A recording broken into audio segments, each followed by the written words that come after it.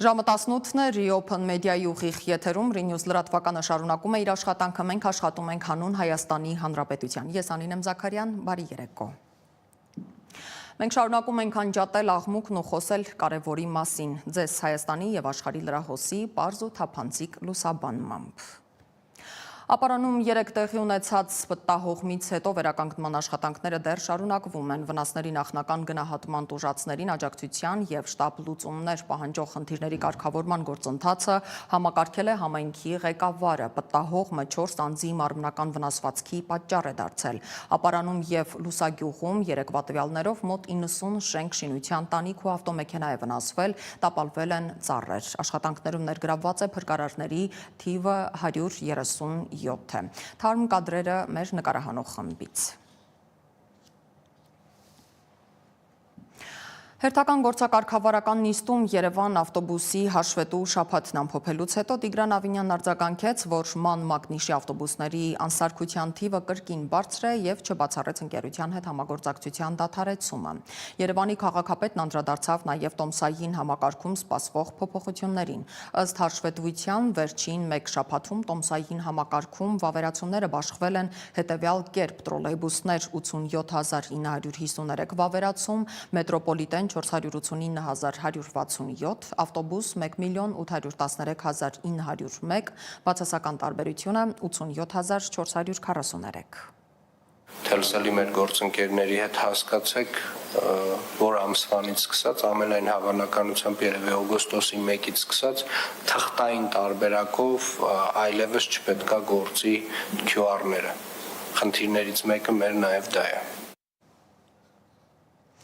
Մայր Հայաստան խմբակցության ավականու անդամ Գևորգ Ստեփանյանը Տիգրան Ավինյանի QR-ներից օգտագործման դադարեցումը համարում է փաթեթները պարտադրաբար ձեռք բերելու գործիքակազմ, կոչ անելով բոյկոտել եւ ձեռք չբերել փաթեթներ։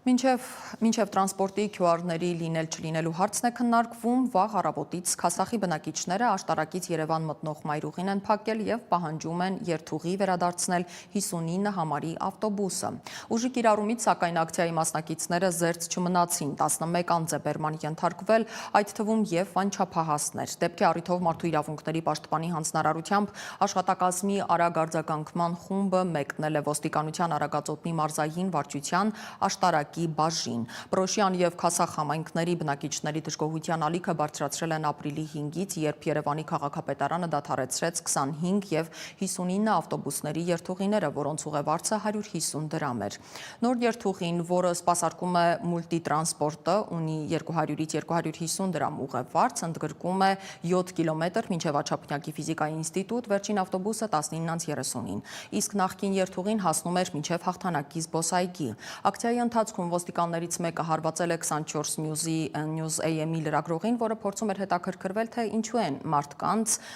ուժ գործադրելով բերման ենթարկում։ Լրագրողի մասնագիտական լիազորությունները խոչընդոտելու, ոստիկանի կողմից նրան հարվածելու դեպքով ծառայողական քննություն կա, ոստիկանն արդեն հեռացվել է ծառայությունից։ Հայաստանի մարդու իրավունքների պաշտպան Անահիտ Մանասյանն էլ խիստ դատապարտել է ոստիկանության ծառայողի նման վարքագիծն ու ընդգծել, որ լրագրողների համար պետք է երաշխավորված լինի մասնագիտական գործունեություն իրականացնելու համար պատշաճ միջավայր։ Տարածաշրջանային այս աստիճան լարվածությունն ինչ հետևանքների կբերի։ Այս պահին դժվար է ասել, բայց մի բան պարզ է։ Իրանը բանակցությունների սեղանին նստել չի շտապում, քանի դեռ Իսրայելը չի դադարեցրել գրոհները, հաղորդում են Reuters-ից։ Իսլամական հեղափոխության պահապանների կորպուսի հայտարարությունն էլ հաստատում է ԻՀՊԿ հետախուզական կազմակերպության ղեկավար բրիգադի գեներալ Մոհամմադ Քազեմիի եւ նրա տեղակալ Հասան Մոհաքեքի մահը Իսրայելի հարվածների հետևանքով։ Իսրայել-Իրան պայթյունավտանգ երկխոսության մանրամասները մեկ տեսաշարով։ Իսրայելական հարվածների երրորդ օրը Իրանում զոհերի թիվը հասել է 224-ի, վերջին պաշտոնական տվյալով վիրավորների թիվը 1200-ից ավելի է։ Թեհրանում օդային հարվածների են ենթարկվել արտգործնախարարության, հետախուզության եւ ազգային անվտանգության նախարարության շենքերը։ Վիրավորվել են դիվանագետներ։ Այսօր վաղ առավոտյան իրանական հրթիռները հարվածել են Թել Ավիվին եւ Հայֆա նավահանգստային քաղաքին։ Իսրայելի կառավարությունը արտակարգ դրության ռեժիմը երկրում երկարաձգել է եւս 15 օր, մինչեւ հունիսի 30 30-ը։ Թել Ավիվի խիտ բնակեցված թաղամասում մի քանի բնակելի շենքեր ավերվել են հարվածից, վնասվել են նաև այն շենքերը, որոնք գտնվում են Միացյալ Նահանգների դեսպանատանը շատ մոտ։ Իրանի հրթիռային զորքերը նախօրեին հարվածել են Թել Ավիվի Բեն-Գուրիոն օդանավակայանին։ Իրանից Իսրայել արձակվել է շուրջ 150 բալիստիկ հրթիռ եւ 100-ից ավելի դրոն։ Վերջին պաշտոնական տվյալով Իսրայելի կողմից զոհվել է առնվազն 24 մարդ, կան տասնյակ վիրավորներ, այդ թվում երեխաներ։ Ցախալը հայտարարել է, որ հարվածներ է հասցրել Իրանի կենտրոնական շրջաններում հրթիռային հենակետերի։ Իրանական մեհրը հայտնել է, որ իրանական կողմի հարվածները թիրախավորել են Իսրայելի Հադերա քաղաքի էլեկտրակայանը եւ Իսրայելի վարչապետ Բենյամին Նեթանյահուի ընտանիքի Կեսարիայում գտնվող նստավայրը։ Հայտնի է, որ եւս 2 իրանցի բարձրաստիճան պաշտոնյա է զոհվել։ Նեթանյահուն սպառնալիք է միջազգային համակարգի համար։ Պուտինին հեռախոսով ասել է Էրդողանը ու պնդել, որ տարածաշրջանը չի կարող թույլ տալ նոր պատերազմ։ Թուրքիայի նախագահը կրկին միջազգային խաղաղարարի դեր է փորձում ստանձնել։ Նա խոսել է նաև Իրանի նախագահ Փեզեշքյանի հետ։ Էրդողանն ասել է, որ Իսրայելի հարձակումները միջազգային իրավունքի ակնհայտ խախտում են, որոնք ուղղված են ողջ տարածաշրջանը պատերազմի մեջ ներքաշելուն։ Իսրայելի վարչապետ Նեթանյահուն էլ փորձում է սաբոտաժի ենթարկել միջուկային ծրագրի շուրջ բանակցությունները։ Ըստ Թուրքիայի նախագահի, Իսրայելը Իրանի վրա հարձակումներով փորձում է շեղել աշխարհի ուշադրությունը Գազայի ցեղասպանությունից։ Անկարան պատրաստ է միջնորդի դեր ստանձնել Իսրայելի հետ հակամարտության արագավարտի եւ իրանական միջուկային ծրագրի շուրջ բանակցություններին վերադառնալու գործում։ Միացյալ Նահանգների նախագահ Թրամփի հետ զրույցում եւս Էրդողանն ասել է, որ պատրաստ են կանխելու աղետը, որը ամբողջ տարածաշրջանի գլխին է կախված։ Մինչ Իսրայելն ու Իրանը հրթիռային հարվածներ են փոխանակում, 50 րոպե հեռախոսով խոսել են Պուտինն ու Թրամփը։ Ռուսաստանի ղեկավարը դատապարտել է Իսրայելի ռազմական գործողությունները։ Թրամփը իրավիճակն անվանել է մտահոգիչ։ Գերտերությունների ղեկավարները քննարկել են նաև Ռուսաստանի հնարավոր միջնորդությունը։ Լիլիթ Մուրադյան, Reopen Media։ Հորդանանը դեռ նախորդ շաբաթ հայտարարեց թույլ չի տա, որ իր օդային տարածքն օգտագործվի Իրան-Իսրայել հակամարտության արանքում։ Բաքվի հայտարարությունն էլ չուշացավ։ Իրանի պաշտոնակից Աբբաս Արաղչիի հետ հեռախոսազրույցում Ադրբեջանի արտգործնախարար Ջեյհուն Բայրամովը շաբաթօրը նշել էր, որ թույլ չեն տա իրենց տարածքն օգտագործել Իրանի դեմ գործողություններում։ Իսկ այսօր արդեն տելեգրամյան ալիքների հաղորդմամբ Ադրբեջանի ծովային սահմանից Բանդար Անզալի թռչող մի քանի իսրայելական թշնամական անօդաչու թռչող սարքեր հայտնաբերելուց հետո պաշտպանական ցանցը վճռական գործողություններ է ձեռնարկել ու ոչնչացրել բոլոր թիրախները։ Պատերազմի թոհուբոհու միասնականության կոչերը զգացմունքային ֆոն են ստեղծում, բայց նաև պաշտպանության գործիք են դառնում։ Միասնականության եւ համերաշխության կոչ է արել Իրանի նախագահ Մասուդ Փեզեշքյանը եւ նշել, որ իրենք ագրեսորներ չեն եւ որ Իսրայելի ագրեսիայի դեմ վճռական պայքարը պետք է ողջ ժողովուրդը մղի։ Մենք պատերազմ չենք փնտրել եւ չենք սկսել պատերազմը։ Մենք չենք սպանել երկրի բարձրաստիճան զինվորականներին եւ գիտնականներին, այլ այդ ահաբեկիչներն են սպանել, ասել է նա խորհրդարանում ելույթ ունենալուց։ Իսրայելի խոսափողը վարչապետ Նեթանյահուն կոչով չի դիմել ժողովրդին փոխարենն արշավը դադարեցնելու իր պայմաններն է ներկայացրել, Իրանին առաջարկելով ընդունել իր միջուկային ծրագիրը սահմանափակելու Միացյալ Նահանգների պահանջները, իսկ Թրամփին Իրանի թիվ 1 թշնամի է անվանել։ Խնդիրը մեր գոյությանը սպառնացող գործողությունները դադարեցնելն է եւ մենք մտադիր ենք դրանք դադարեցնել եւ ես կարծում եմ, որ մենք կարող ենք դրանց հասնել։ Եթե նրանք պատրաստ են ընդունել նախագահ Թրամփի պայմանները, դա այլ հարց է, ասել է Նեթանյահուն։ Վարչապետը նաև հրաժարվել է մեկնաբանել այն տեղեկությունը, թե Միացյալ Նահանգների նախագահ Թրամփը վետո է դրել Իրանի գերագույն առաջնորդ Ալի Խամենեիի վրա իսրայելական հարվածի վրա։ Իսկ Իրանի գերագույն առաջնորդ Ալի Խամենեին տեղափոխվել է Թեհրանից հյուսիս-արևելք գտնվող Լավիսան շրջանում գտնվող բունկեր։ Iran International-ը հայտնում է, որ դա տեղի է ունեցել հունիսի 13-ի առավոտյան Իսրայելի հարվածներից մի քանի ժամ անց։ Խամենեիի ընտանիքի բոլոր անդամները նրա հետ են։ Wall Street Journal-ը հղում անելով Թել Ավիվի իր աղբյուրին գրել է, որ Իսրայելը չի բացառում Իրանի գերագույն առաջնորդ Խամենեիի վերացումը։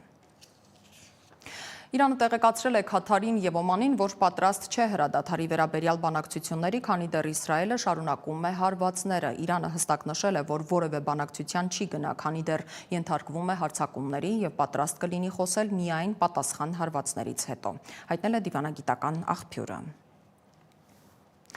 Իրանի արտաքին գործերի նախարար Աբբաս Արաղչին երկրում հավատարմագրված դիվանագետների առջև ունեցած ելույթի ընթացքում հայտարարել է միջուկային զենքի ձեռքբերումը կանխելուն ուղղված ցանկացած համաձայնագրի վերաբերյալ Թեհրանի պատրաստակամության մասին։ Ըստ նրա, Իրանը հենց այս տրամաբանությամբ է բանակցությունները սկսել Միացյալ Նահանգների հետ եւ մասնակցել 5 փուլի։ Իրանի արտգործնախարարի խոսքով Թեհրանը պատրաստ է դադարեցնել հրթիռային հարվածները, եթե Իսրայելը դադարեցնի իր ագրեսիվ գործողություններն Իրանի նկատմամբ։ Արաղչին հայտարարել է, որ Իսրայելի հարձակումը նպատակ ունի խափանել Իրանի միջուկային ծրագրի շուրջ բանակցությունները։ Նրա խոսքով Թեհրանն ափսոսում է, որ Միացյալ Նահանգներն աջակցել է այդ հարձակմանը։ Նա նշել է, որ իրենք ունեն փաստաթղթեր, որոնք ապացուցում են Միացյալ Նահանգների ուժերի ներգրավվածությունը։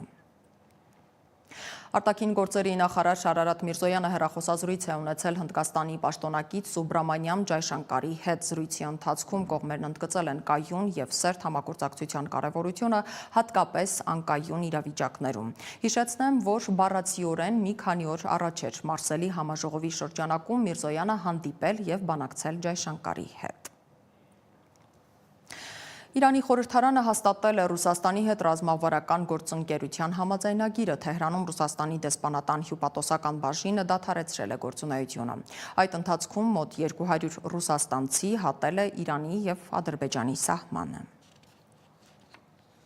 Ըստ Իսլամական Հանրապետության արտաքին գործերի նախարարության պաշտոնական ներկայացուցիչ Էսմայիլ Բաղայիի, Իսրայելը հարձակվել է Իրանի վրա Միացյալ Նահանգներից ստացած զենքով։ Մեր պատասխանը սիոնիստական կազմակերպության օրինական ինքնապաշտպանություն է, համաձայն միջազգային իրավունքի եւ մարդասիրական տրամաբանության։ Բոլոր այն երկրները, որոնք աջակցում են սիոնիստական ռեժիմին կամ արդարացում են նրա հարձակումները, մենք համարում ենք այդ հանցագործությունների կողմնակից, ասել է Բաղային եւ շեշտել, որ ՄԱԿ-ի անվտանգության խորհուրդը պետք է կատարի իր պարտավորությունները համաձայն կազմակերպության կանոնադրության եւ դատապարտի Իսրայելի գործողությունները։ Իսրայելի ագրեսիան արդարացնող հայտարարություններն ու Իրանին զսպվածության կոչերը ոչ այլ ինչ են, քան կեղծավորություն եւ անպատասխանատվություն, ասել է դիվանագետը։